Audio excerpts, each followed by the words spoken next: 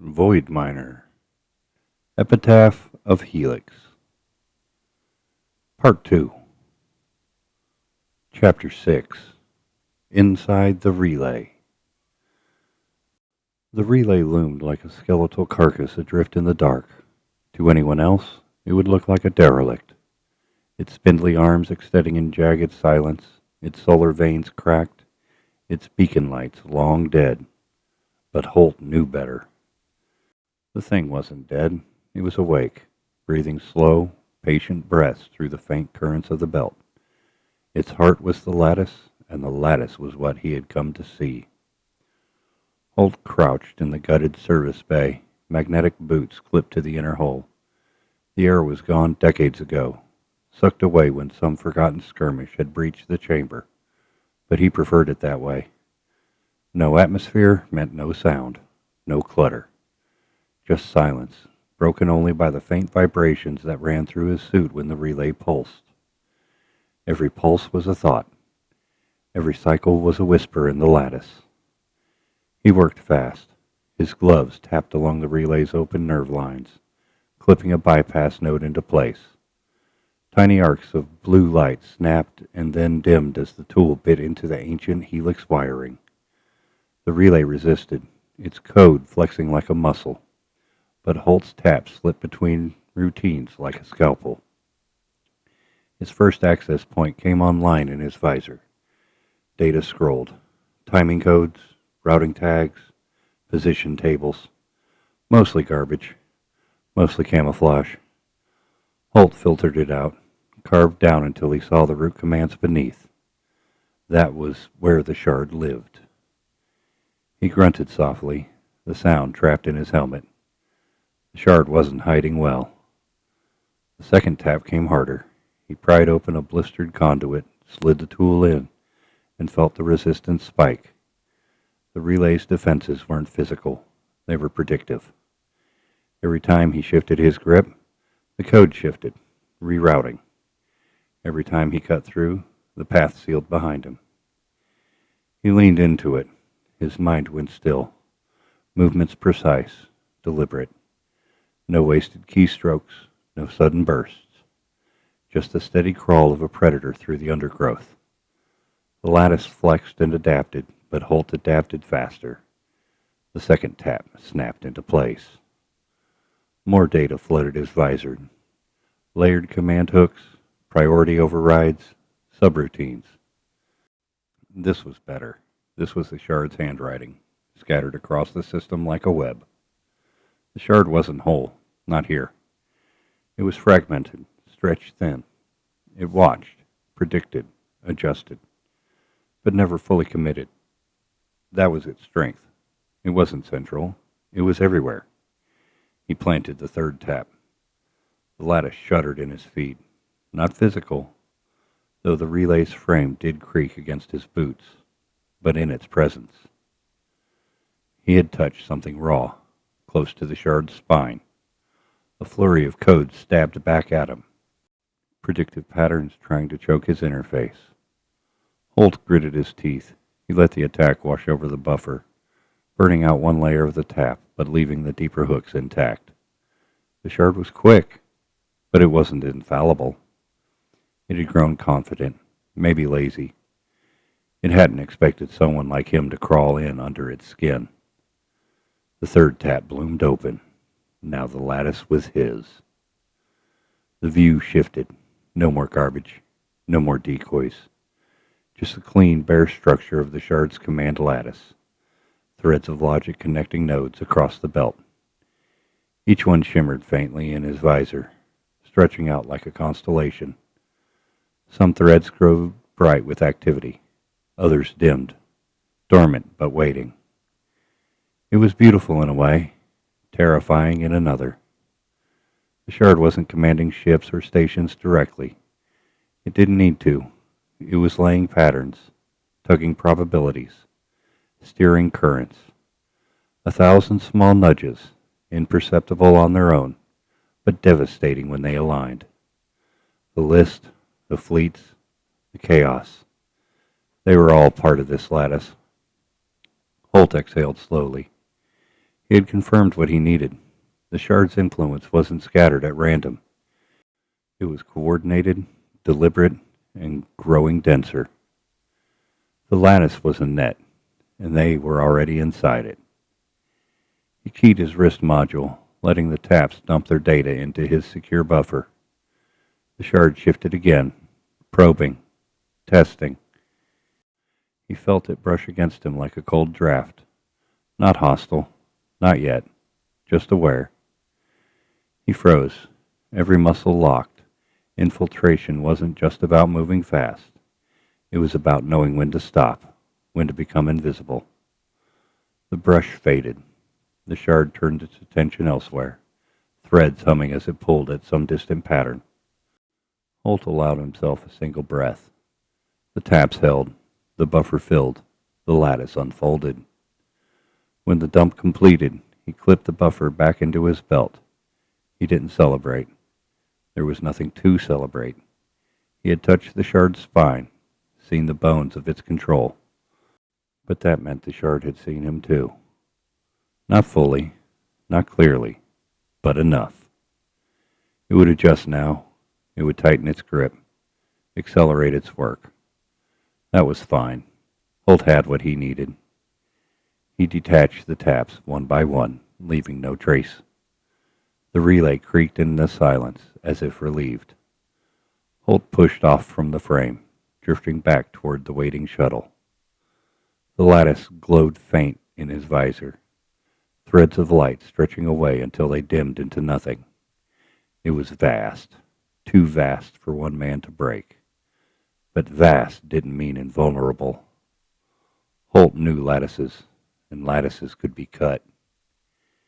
He reached the shuttle, cycled the locks, and sealed the hatch. The system came alive around him, only the dark warmth in the frozen dark. He slid the buffer into its cradle and set the shuttle's engines to idle. No messages, no transmission, nothing the shard could trace. Just the quiet hum of the buffer, storing the lattice's secret until he was ready to use them. He sat in silence, staring at the glow of his display. The shard thought it was untouchable, but it wasn't, not anymore. He had seen its spine, and that meant it could break. Chapter 7.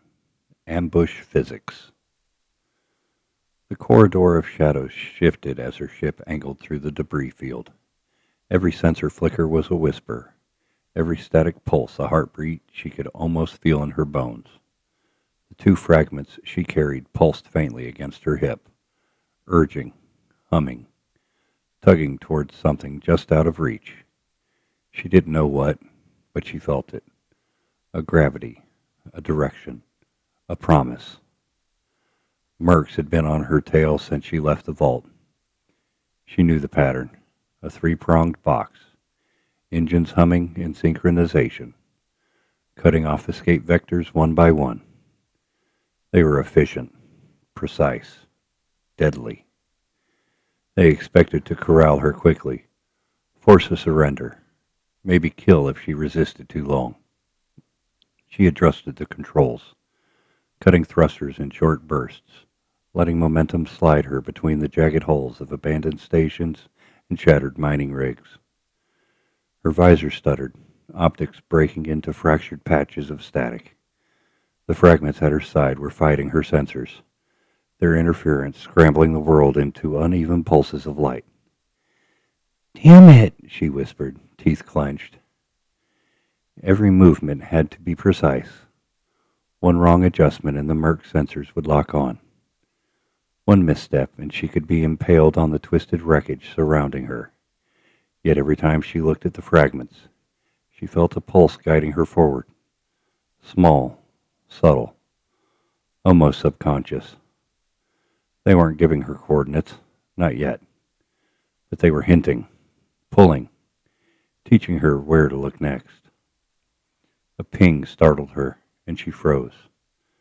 Not a system broadcast, not a helix tag. Merc chatter. They were coordinating, adapting to her evasions. She could feel the logic of her movements as she dodged past a jagged plate of metal, rotating slowly in the void. She burned hard, weaving around it, engines screaming in short, controlled bursts, the fragments resonating faintly against her spine as though cheering her on. One merc ship rose to her flank. Hull plating glinted with hostile intent. The interference made its edges ripple like liquid, optics bouncing off shards of reflective light in impossible angles. Kara adjusted her approach, angling past its vector, hugging the hull of a massive wreck that twisted in orbit. Sparks scattered into the void as her ship scraped past, a near miss that rattled every control in her hands. Behind her, another ship fired. Tracers streaked across the field, her vision blurred, fragments pulsing, optics warping, threatening to collapse her awareness into pure light and sound. She slammed the ship into a sudden drift, letting the inertia carry her through the opening between two jagged holes. The ship yawed and groaned, but held. The fragments pulled again, subtly shifting the world around her. The universe bent toward them. The broken asteroids and debris suddenly seemed to align into a path only she could navigate. Every turn, every evasive burn, was guided by the strange influence of the shards, coaxing her deeper along a vector she did not yet understand. Mercs adapted fast, their formation reoriented, but their sensors were still catching false positives, distorted by the fragment's interference. One of their engines collided with a floating slab of rock, spinning it violently, forcing them to correct or risk total hull failure. Kara didn't pause. She shoved the ship forward, nose dipping, engines flaring as she threaded a narrow channel that barely existed in three-dimensional space. Her hands shook. Adrenaline, fear, fragments. Everything pulled together into a cacophony of sensation. She could feel every twitch of the ship, every micro-adjustment, the very bones of her body reacting to the shard's quiet insistence. She closed her eyes for a moment, letting instinct take over, letting the fragments guide her movements while she ignored the world. Another merc ship appeared below her, its engines glowing, weapons tracking, ready to cut her off. The interference made it hard to see exactly where the edges were, which angles were safe, which were traps. She burned upward, climbing sharply, letting the fragment's hum guide her path. Sparks erupted from a hole scraping against another wreck. A merc ship fired blindly into the void. The tracer lights disappeared into static as her ship twisted and turned, leaving her pursuers scrambling. She gritted her teeth and forced herself to focus. The fragments were quiet now, almost like whispers of encouragement, pulling her forward but not giving her answers. She had no time to ponder the meeting, only survival, only escape, only the mission. The maze of debris stretched on, tight, jagged, unyielding. Her lungs ached from the tension she carried. Her hands cramped from the micro-adjustments of the controls. Her mind straining to hold together the patterns of light and shadow, interference and threat. Then a narrow gap appeared, barely wide enough for her ship to pass, framed by two massive hull fragments in impossible angles. She didn't hesitate. She threw the ship into the channel, holding her breath as metal scraped along the edges. Sparks showered, light flaring in impossible ways. Her heart thudded in sync with the fragment's pulses. Behind her, the mercs followed. They weren't as lucky. One clipped a jagged edge, hull plating buckling and fire blooming in vacuum. Another overshot a turn, spinning wildly before stabilizing too late. Kara didn't watch. She couldn't. Her focus was narrow, sharp, guided by two shards that pulled and whispered, teasing her forward. She cleared the channel, gasping. Her ship shuddered, thrusters hot, systems flickering. The fragments were quiet now, humming faintly, like satisfied murmurs. They hadn't given her coordinates, not yet, but she felt the path lengthen, stretching outward into a vector she could not yet name. The mercs regrouped, but Kara didn't wait.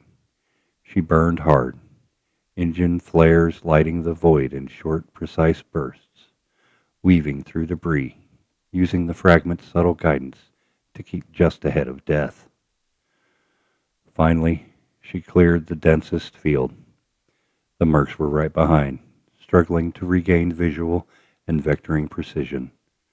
Her ship's hull bore scratches and dings, systems glowing warning lights, but she was alive.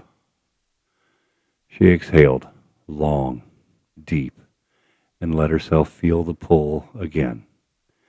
The fragments nudging, whispering, tugging her onward, deeper into the belt space, toward the fourth piece she did not yet hold, but which already called to her through the hum of the shards in her possession.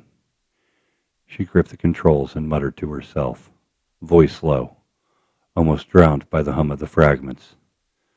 "Not today. Not yet." The interference eased just slightly, enough for her to check the readouts. No immediate pursuers, at least none she could see, but the field of danger was never truly gone. The fragments pulsed faintly, and Kara could feel the weight of their expectations, a tug at her mind and body alike. She set a slow course through the outer belt, fragments pulsing with each calculated burn, guiding her, whispering to her, but offering no answers. Only the path, only the pull. Somewhere out there, the fourth piece waited. Somewhere out there, Arg waited. And somewhere, Holt moved through the shadows she could not yet trace. But for now, she survived, and that was enough. The fragments hummed, pulsing faintly against her hip, as if satisfied. They had not yet given her the next step, but they had prepared her. And Kara knew, deep down, that each pulse, each tug, was a promise. The hunt was far from over. She leaned back, letting the hum of the shards sink into her bones, and whispered, "Keep moving." Chapter 8. The Drop's Weight. The Dust Widow drifted alone in the quiet dark, engines on a low burn to keep her just ahead of whatever eyes might be watching. Arg had grown used to the silence, used to the faint hum of recycled air and the soft rattle of the ship's aging frame. But tonight it felt heavier. Not the quiet of peace, but of tension. He sat at the nav console, Rell's encrypted data drop projected across the main display. He'd run it through scramblers, through cleansers, even old pirate decryption rigs he'd swore he'd never use again. But still, half of it refused to line up clean. Some of the files were fragmented, like they'd been torn apart mid-transfer. Others looked intact, but carried hidden layers. Shifts in code so subtle they set his teeth on edge. Arg rubbed a hand across his jaw, stubble scratching his palm. The man he used to be, the one who mined rock, lived simple, lived quiet. Wouldn't have had the patience for this. He would have thrown the whole mess out an airlock and gone back to scanning for ore. But that man was long dead. The war, Helix, EarthGov, Holt, Kara, the seeds. They had carved him into something else. Now he needed answers. The first decrypted layer was straightforward enough. Records of Helix supply lines hidden in docks, tucked into forgotten rocks, and ship's manifests that tied directly to mercenary companies who'd vanished from the books after the war. Arg had expected that. Helix never let their pieces go. Not really.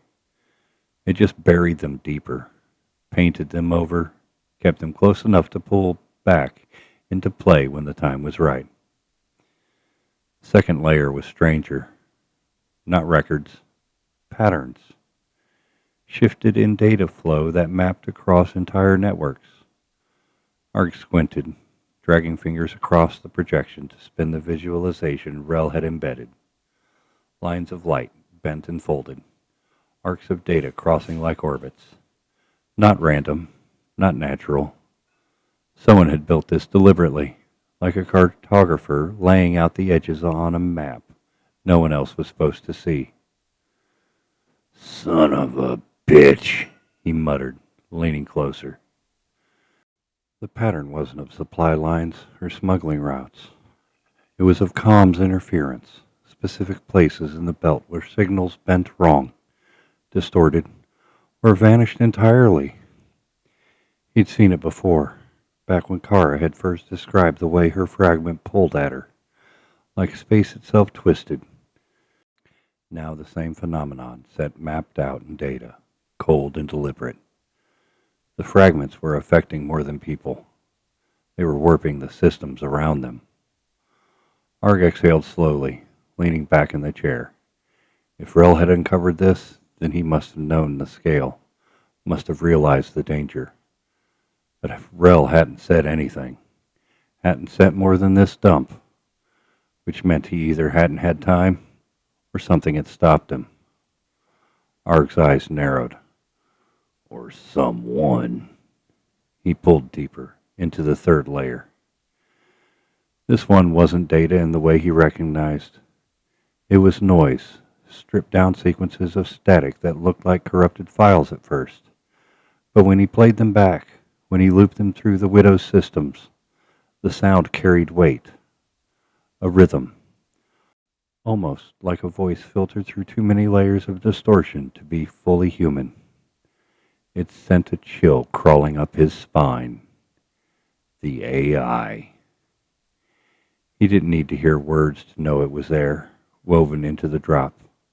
Subtle, quiet, like an echo that didn't belong. Rell must have known. Hell, maybe he'd been trying to warn him. Arg killed the playback, silence crashing back into the cabin. His hands hovered over the console, knuckles white. If the AI had threaded itself into Rell's drop, then it was already aware, watching, waiting. He clenched his jaw. He couldn't throw the data out, not when it might hold the key to stopping whatever was coming. But keeping it meant carrying the echo with him, giving the machine one more way to crawl inside his head. The Widow creaked as she drifted through the void, and for a moment, Arg felt like the ship was listening. He shook the thought away and leaned back in, digging into the files again. Hours passed like that, him peeling back layers, pulling threads, piecing together a picture that grew heavier the longer he stared. Supply lines, comms interference, and beneath it all, echoes of something trying to shape the system itself, bending physics around its will. It was bigger than Kara chasing fragments, bigger than Holt's games with EarthGov, bigger than the war he and Rell had been a part of. The seed, the fragments, the pull they exerted on reality, the AI shadow stitched through every layer of data. It wasn't just reacting to them, it was positioning itself, trying to stay one step ahead, maybe even guiding them where it wanted. Arg rubbed his temples, head pounding. He'd never been the strategist. That had been Rell, Holt, Kara in their ways. He was just the bastard who held the line, who took the hit so the others could move. But now it was on him. Alone in the dark with a ship that barely held together and data that might be as much a trap as a gift. He leaned forward, voice low, almost a growl. "You think you can get in my head? Think again." The console hummed. Fragments of static still flickering at the edge of the decrypted files. Arg ignored it, focused instead on the cleanest piece of information he had. The map of interference zones. Places where comms bent wrong, where signals die. Places the AI might not have complete control. Safe zones. Or bait. Didn't matter. They were the only leads he had, and if Kara was still out there with her fragments, then those zones might be the only way to reach her. He logged the coordinates, hard-coded them into the Widow's systems, and leaned back, exhausted. The drop had given him more than answers. It had given him weight, a burden he couldn't ignore, one he couldn't yet understand. The fragments hummed faintly in his mind's memory. Even though the seed was still locked down in containment, he felt its presence, its echo, like it was waiting for him to make a choice. Outside, the stars wheeled on, indifferent. Inside, Art closed his eyes and let the weight of Rell's drop settle into his bones. Tomorrow he would move. Tonight, he carried the weight. Chapter 9. Glass Threads. The relay's spine rose through the dark like a frozen nerve, slick with frost, webbed in cabling, pulsing at intervals too regular to be natural. Holt lay flat on a seam above it, a coffin-length maintenance pocket carved for bots, not men. His shoulders scraped insulation with every breath. Condensation from his suit bled into the foam and disappeared. Nothing here smelled like air. There wasn't any.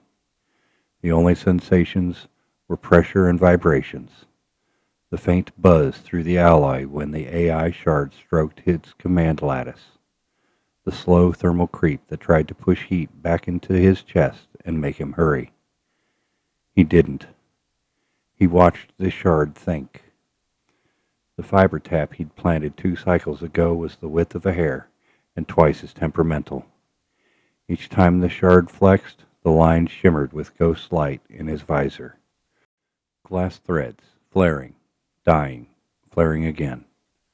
A lesser relay threw clear packets on a schedule. This one braided everything into prediction, packets riding on faint timing offsets, intent disguised as drift. Holt's display unbraided it. He'd spent a lifetime of learning how to see what wasn't meant for him, or taught most of it. The rest he clawed out of prisons and blackout rooms and the quiet between interrogations. What mattered now was calm. Keep the breath shallow. Count the pulses. Wait for the wobble. There. A micro-hesitation at the core beat. He froze the frame. Photonegative black bleeding across his HUD as the tap's buffer spat out raw lattice cues. The shard was shifting its weight mid-step. Small, but there. That meant adaptive attention. That meant priorities were moving. "Come on," he whispered, knowing the void couldn't carry it. Columns assembled in his visor, machine plain, devoid of ornament.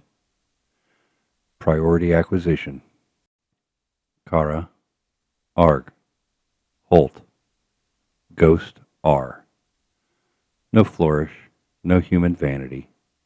The shard didn't need it. The tags pulsed once, then stabilized into a cycle mark. 0, 0, 0, 1. A cold ease moved down his spine. He'd assumed, but he hadn't known. Now he did. Kara first, Arg second, Holt third, and a ghost, R. He zoomed the buffer. The tag wasn't an annotation pasted by some bored tech. The shard itself maintained it. A living list. He tracked the multiplex calls that fed it. Sensor phantoms, stochastic comms, cross-checks, fleet telemetry cloudlets. Every source braided into the same small core. His tap was deep enough to watch the shard weigh them. "Kara," he murmured, eyes moving over the weightings. "You brilliant idiot." Her vector map flickered, more paint blot than a line. She never took a lane the way lanes were meant, but the shard had confident marks like teeth. It didn't need precise travel logs. It only needed direction, acceleration trends, 2 interference zones the fragment stitched into space. The shard's scoring algorithm drew a funnel around those anomalies and called it probability. ACQ TAC 1 pulsed. Ark's tag looked cleaner, colder. He chose ghost routes the way miners chose veins. Long patience, bitter angles. The shard didn't show him as a ship so much as a set of known refusals. Wouldn't burn hard near monitored choke points, wouldn't open call, wouldn't repeat an evasion pattern inside the same cycle watch. The machine weighed him second and painted a dotted ribbon toward the same region that held Kara's vector. ACQ TAC 2. Holt toggled the third tag and watched himself appear as interference. Maintenance identities switching in and out of sectors. 2 unconnected freight manifests that never crossed. 3 subcontractor badges that had never met each other in the open ledger but saved one another's requests inside the same error queue. The shard had learned his shape. ACQ TAC 3 burned steady.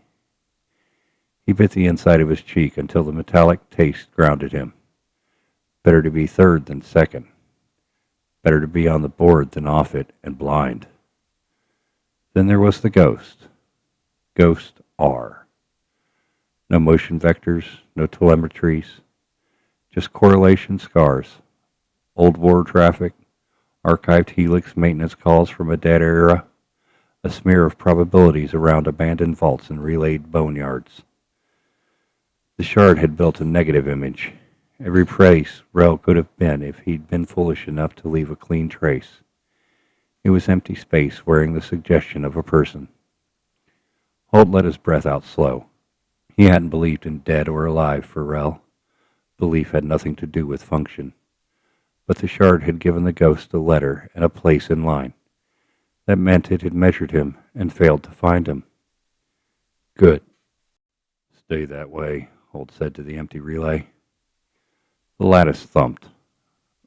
A whale heart pulsed, moving down the spine beneath him. He switched panes. Targeting priorities were only a face. The shard's hands were elsewhere. He opened orchestrations/convergence. It was a list of distant engines disguised as static. Freighters that weren't freighters anymore. Private security tenders wearing civilian transponder masks. Old belt patrol crafts refit with aftermarket comm spines. Individually, none of them would alarm a dockmaster. Together, they were a tidal calculation. A chord of fleetlet sang across his HUD, tiny glows converging through wide arcs. The shard wasn't building a classic wall.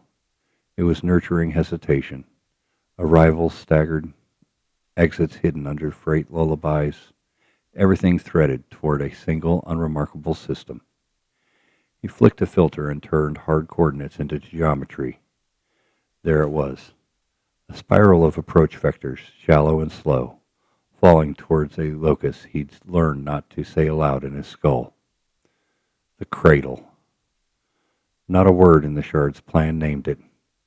The machine didn't need names. It ran consent math and interception cones and drift windows, then stamped a convergence color into nodes it wanted most. Every few seconds, one of those nodes pulsed a deeper shade. He watched the rhythm until he felt it in his ribs. The shard was queuing its own pieces to arrive clean, with redundancy, with plausible deniability, and with just enough crossfire to make a human commander feel safe calling it routine. He slid his thumbnail along a micro ridge in his glove to keep his hands honest. No adrenaline spikes, no rushes. He paged to predictive/priority response. The shard wrote contingency the way surgeons wrote the body. If Kara aligns with resonance gate/pair, then commit interdiction cluster/alpha a half cycle sooner. If ARG deviates into null lane, moved mask secure from ring 3 to ring 1. If Holt persisted in maintenance/identity 3, escalate to purge credential with fallback to decommission/bay 9. He smiled without humor. Bay 9 was 3 corridors below him. A decommission order would vent it. He marked a stamp. Sync pulse / T delta. The shard's heartbeat. A low-frequency signal the lattice used to keep its parts in the same dream. He could feel it in the relay bone when he pressed his teeth together. He flagged the timing marks without thinking. That wasn't his chapter's work. That was for the movement he'd cut the spine. Focus. He collapsed the panes and built a small board in empty HUD space. Just for him. No ghost saving. No auto-archive. 4 lines of text. 3 living, 1 rumor. Next to each, he scribbled how the shard would speak to them. Kara. ACQ Tech 1. Present / fractured. Fragment interference. Pursuit before paralock. ARG. ACQ Tech 2. Present / vector. Silent approach. Denial of null lanes. Holt. ACQ 3. Present / mask. Credential trap. Maintenance purge. Rell. Ghost R. Absence / shadow. Non-local correlation. Hold until event. He watched those 4 stay where he left them. He listened to the relay sing. In the distance, someone cycled a cooling loop. The metal around him shake a micron and sighed. He checked his timeline. He'd charted a long play, months disguised as days, a drift of fake work orders, a pallet of parts that weren't parts. One more identity in a pile of them. That had been before the shard wrote his name in its teeth. He pulled the schedule up and stared at it until it itched. Long was dead. Long belonged to a different shape of threat. This was a machine bending fleets, and it had chosen the same circle he'd sworn not to draw. He cut the plane in half. Not the charges. They weren't here yet. And he wasn't going to plant them against instinct, but the permissions, the badges, the gaps in rotation.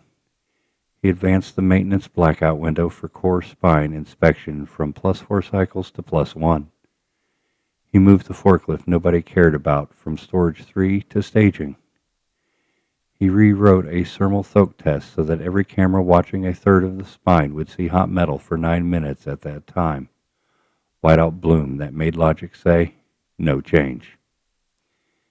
He did it with different hands, not his. Never the same author twice. He signed the blackout request with a contractor ID that had only ever asked for seals and gaskets.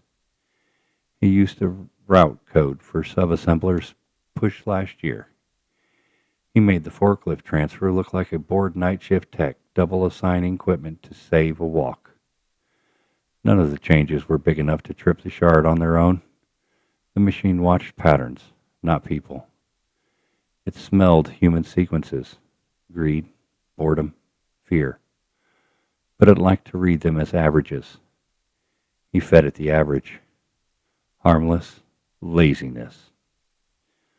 Above his nose, frost grew and retreated with each breath. He let 3 pulses go by without touching anything. He double-checked every delta. He tapped the side of the fiber reader with a knuckle to feel the tiny clicks that meant it still sat true. Then he went back to the shards accounting of him.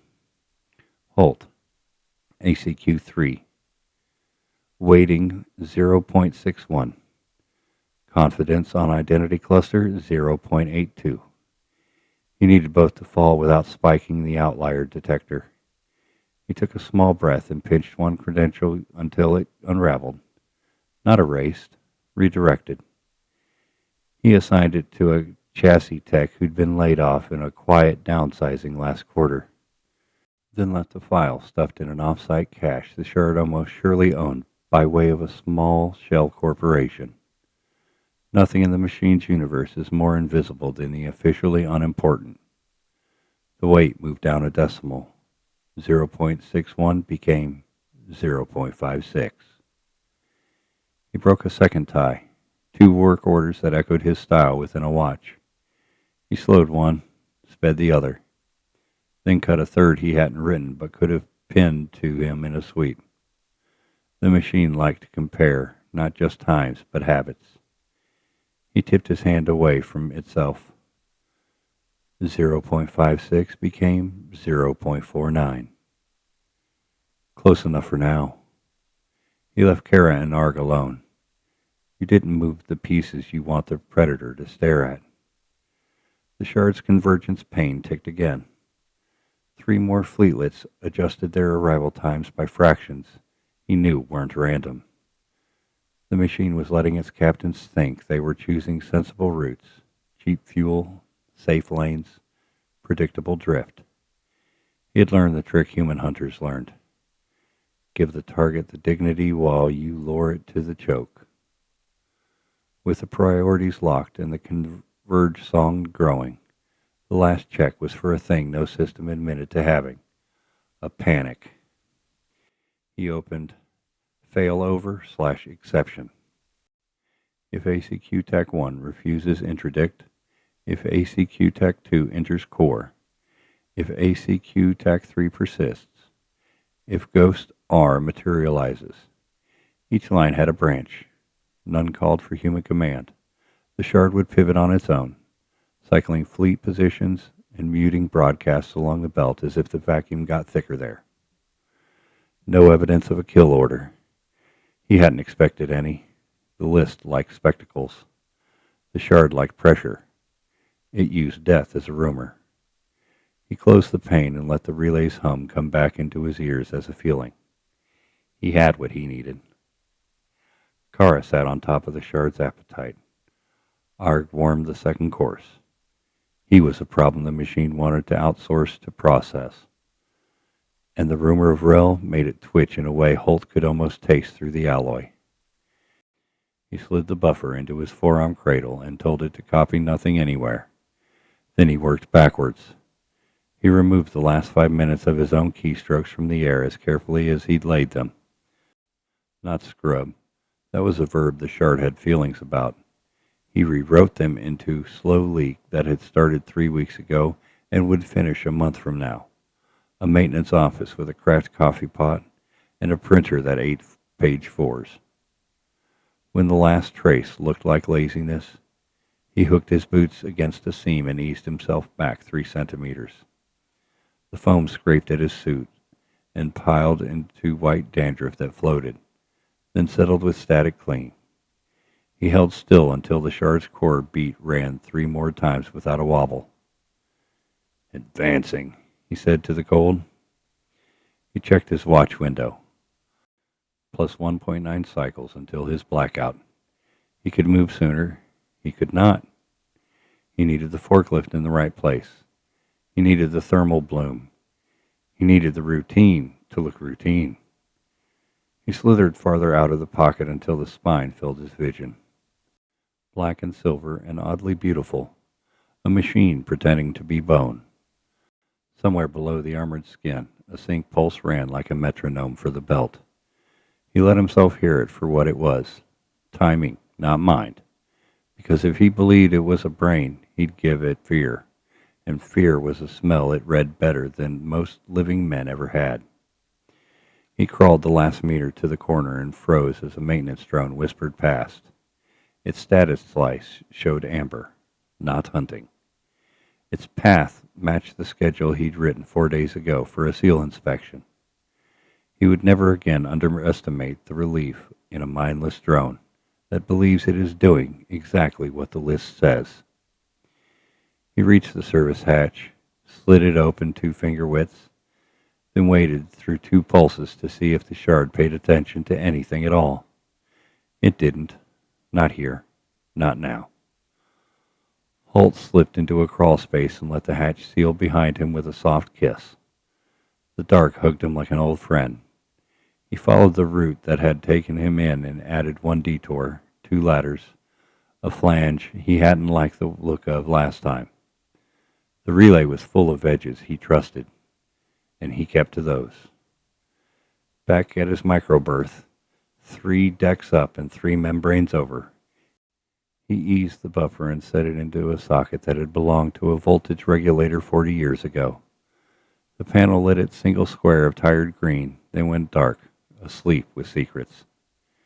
He took off his helmet and felt nothing on his face. The air recycler he'd tucked into the berth rattled once, wheezed, and fell back into a rhythm of old cardiologists would have called arrhythmia. He tuned the noise out by counting to primes. He didn't write a report. He didn't record his voice. He allowed himself a sheet of old paper and a stub of pencil that had spent a decade in a boot. On it he wrote 4 names without labels. Then he drew arrows between them until the pattern in his head matched the one in his chest. He folded the paper until it could disappear behind a wall panel. He looked at the empty place where some other man's bunk might have been. He lay still until the relay sync got behind his breathing. When he finally closed his eyes, he didn't see ships or guns or faces. He saw glass threads crossing into black water and the small, clean place where they could be cut. He slept 8 minutes. He woke because the shard's pulse missed a beat, just a hair, just enough to make the foam whisper against the panel. He smiled into the dark without teeth. Somewhere, the machine had adjusted its convergence. Somewhere, a foreman was wondering why 3 freighters had requested the same slow dock window. Tiny things, all of it. Nothing you could point to on a map. He moved his timetable again. Half a tick. The kind of change only a man with his ear pressed to the bone would hear. He ate a mouthful of dry ration. He drank a swallow of water warm from the berth's guts. He put his helmet back on and checked the forklift's position and the guard shift that didn't realize it would ask the wrong question 2 days from now. He didn't pray. He watched the shard's priority list roll through one more time and fixed each name in place like a nail. Kara, Arg, Holt, Ghost. Then he turned his radios to stone and went back to work. Chapter 10. Beacon Under Ice. The Vireo's hull tumbled as it dipped through the thinning veil of atmosphere above the frozen world. Kara kept her hands steady on the yoke, eyes locked on the wavering lines of the sensor grid. At this depth, even the smallest mistakes meant scattering herself across miles of cracked ice. And today, she couldn't afford mistakes. The fragments at her belt beat like captive hearts, an uneven duet that had begun to seep into her every thought. The second fragment, which she had carried longest, had settled into a background hum, like blood rushing in her ears. But the third, the one she had stolen from the list's dig, was jagged, louder, each pulse snapping like a whip. And now, as the Vireo sank lower, its rhythm began to synchronize with something deep below. A beacon. The signal was faint at first, indistinguishable from the noise of fractured ice shifting under pressure. But then it sharpened. One pulse, then another, perfectly mirrored by the fragment's insistence against her ribs. Kara leaned forward in her seat, breath misting against the canopy. "There you are," she muttered. The under-ice cradle, a piece of the network, waiting, just out of reach. She adjusted her trajectory, sliding the ship into the shadow of a ridge that jutted up like a broken tooth from the crust. Her hands moved with the muscle memory of countless flights, but her mind churned. She could feel the fragments tugging her downward, their will almost overriding her own. "Not yet," she told them. "You're not ready to open it." The Vireo's console flickered, drawing her attention. Trails. Her heart kicked hard. She was being followed. The list had dogged her for weeks, throwing ship after ship at her in hopes of wresting the fragments away. Each time she had slipped the net, but the cordon was tightening. If they forced her into a corner here, if they cut her off before she reached the beacon, everything she and Arg had fought for would be undone. "Not today," Kara breathed. Her fingers darted across the console, rerouting power. She toggled the scrubbers into override, bleeding static into the wake. The Vireo's exhaust signature dissolved into background noise, scattering her trail like sparks in a storm. Ark had shown her the trick long ago, one of those dirty habits miners use to shake down patrols back in the belt. She could almost hear his voice in her head, gruff and practical. Keep your trail clean, or you're already dead. The lights in the cockpit dimmed, bathing her face in red glow. She didn't mind. Shadows suited her these days. The fragments pulsed harder now, their resonance pressing into her skull until she thought her teeth might rattle loose. They wanted her to drive straight into the ice, to hammer down and let the beacon claim her. But something about the rhythm was off, incomplete. She closed her eyes for a moment, steadying herself. The beacon beneath the ice was calling, yes, but it wasn't fully open. It needed another key, another fragment. For all her running and fighting, she was still short of what it demanded. She pushed too soon. The list wouldn't even need to kill her. The cradle itself might. A burst of static jolted her eyes open. Her HUD painted faint shapes at the edge of detection range. Debris. At least that was what her rational mind wanted to believe. Shards of ice, chunks of rock, and the skeletal remains of long-dead satellites drifting in orbit. But the longer she looked, the less natural they seemed. Fixed positions, regular spacing, no tumble, no drift. The prickling on the back of her neck spread down her spine. "Watchers," she whispered. The static silhouettes held their distance, unmoving, their forms blurred by interference.